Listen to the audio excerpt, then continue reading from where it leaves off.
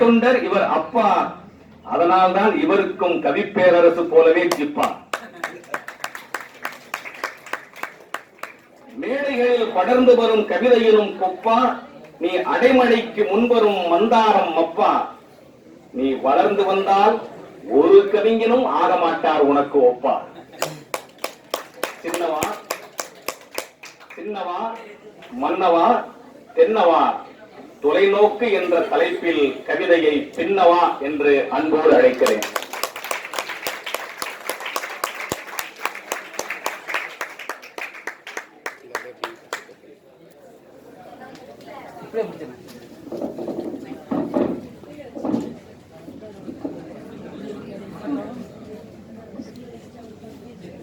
திருவளர் சோலையெல்லாம் செந்தமிழ் பேசும் பிள்ளை வருபவர் புலவராகில் வாதிட அழைக்கும் நாள் வருவரே என்றால் வாதி வெற்றி வாகையே சூடும் மருவு செந்தமிழ் சரத் சங்கம் மலிந்திடும் இளங்கார் அம்மா. என் ஐந்தாவது வயதில் கவிப்பேரரசர் அவையில் கவிப்பாட வைத்து அவர் கரங்களால் பொன்னாடை பெற வைத்த ஐயா இனியன் இன்று எங்கள் கவியரங்க தலைவர். கொரோனா என்னும்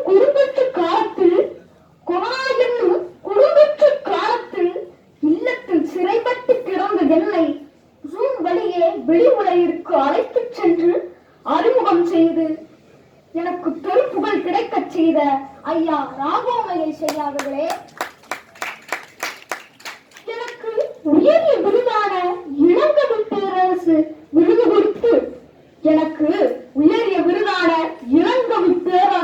விருது கொடுத்து உலக வானொலி தொலைக்காட்சியில் பேச வாய்ப்பளித்து மகிழ்ந்து போன தமிழன் கவிராலய நிறுவனத்தின் இணை நிறுவனர் அம்மா மைதிலி தயாளன் அவர்களே, ஏஐ தொழில்நுட்பம்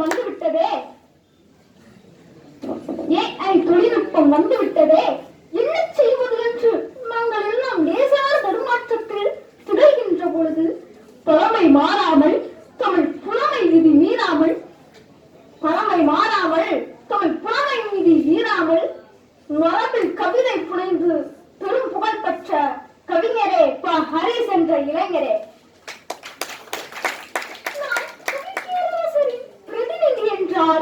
நான் கவிப்பேரரசரின் பிரதிநிதி என்றால் இவர் கவிக்கோவின் பிரதிநிதி ஐயா கவியரசு, ஐயா முனைவர் செல்லியரசு, கவி புனைவதில் புவியரசு, என் கவி சிந்தனைக்கு சிக்காத புள்ளிமான் மாயமான்.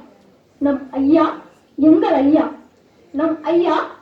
ஐயா பல்கலைக்கழக உயராய்வு மையத்தில் இயக்குனர். உயர்ந்த உயரமும் உள்ளமும் உருவமும் கொண்ட எங்கள் ஐயா பாண்டி நாட்டில் பிறந்து சோழ நாட்டில் புகழ் பரப்பும் ஈரோட்டு தந்தையின் புகழ் பரப்பும் எங்கள் ஐயா என்னை இக்கவியரங்கத்தில் கவிப்பாட அழகு பார்க்கும் எங்கள் ஐயா நம் சீனிவாசன் ஐயா. எனக்கு அன்றாடம் வாய்ப்பளித்து வளர்த்தெடுக்கும் தஞ்சை இரா செல்லியன் ஐயா அவர்களே மற்றும் திரளாக வருகை புரிந்திருக்கும் சகோதர சகோதரிகளே, உங்கள் அனைவரையும் வணங்கி வரவேற்று தொலைநோக்கு பார்வையில் பெரியார் என்னும் தலைப்பில் கவிப்பாட தொடங்குகிறேன். என் தந்தையின் தலைவனே, தமிழ் இனத்தின் தந்தையே, உன் குலப்பிறனின் உரிமை குரல் இதோ. பெரியார் என்ற பெரும்பொருளை எப்படி புரிந்து கொள்ளுவது? அடிமண்ணை மேல்மண்ணாகவும் மேல்மண்ணை அடிமண்ணாகவும் சுடுகாற்றில் உருது போன வைரக்கலப்பு என்பதா? வெள்ளை சூரியனை விரட்ட முடியாமல் இருட்டை கருஞ்சூரியனாய் வந்து விரட்டிய கலகக்காரர் என்பதா? உன் தொலைநோக்கு பார்வையால் உடம்பில் ஒட்டிய ஒட்டடைகளை ஆடைகள் என்று கருதி கிடந்த திராவிட இனத்தை துட்டு தூக்கி துடைத்து அவன் நீண்ட நிர்வாகத்தை சுட்டிக்காட்டி சுயமரியாதை ஆடை சூடிய சூத்திரம் கண்ட சூத்திரன் என்பதா? 400 கோடி மக்களுக்கு சென்று சேர வேண்டிய சிந்தனைகளை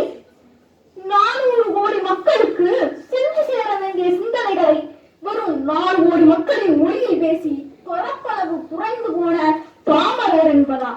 எழுத்து, சொல், பொருள், யாப்பு, அணி. எழுத்து, சொல், பொருள், யாப்பு, அணி எனும் பிரியும் படைப்பிழைக்கும் தான் தமிழ் என்று மண்டி கிடந்த பண்டித மண்டலத்தை உடைத்திருந்து பகுத்தறிவு என்ற 4ஆம் தமிழை உருவாக்கிய சுயம்பு என்று சொல்வதா? உன் தொலைநோக்கு பார்வையால் கேள்விகளுக்கு அப்பாற்பட்ட புனிதங்கள் என்று கருதப்பட்ட கடவுள், மதம், சாதி, விதி, மரபு எனும் கருத்தாங்கங்கள் மீது 1000 கேள்விகளை முன்வைத்த அறிவின் நாடி ஆகிய அறிவாளி என்பதா? உன் தொலைநோக்கு பார்வையால் தன் இனத்தின் இருளைக்கு தமிழனை கரை சேர்த்து விட்டவரே, இவற்றுள் எதுவும் பொய்யில்லை. பெரியார் குறித்து இதுபோல் எது சொன்னாலும் அது மிக இல்லை. முனிவர்களைப் போலவும் தபசிகளைப் போலவும் பெரியார் வெறும் சுல்தானம் செய்ய வந்தவர் மட்டுமல்ல, களம் கண்டவர், கைதியானவர், ஊர்மானம் காக்க வந்து தன்மானம் காக்கப்பட்ட போது தாங்கிக் கொண்டவர், மீமை காப்பதற்கு மேல்வருத்தம் கண்டவர். என் இனத்தின் தந்தையே, உன் தொலைநோக்கு பார்வைதானே எங்களை துளவி சிற்பி என்று புகழ்பாட வைக்கின்றது. என் போன்ற வளரும் தலைமுறையினரை தலைநிமிர வைக்கின்றது. 247 எழுத்துக்களை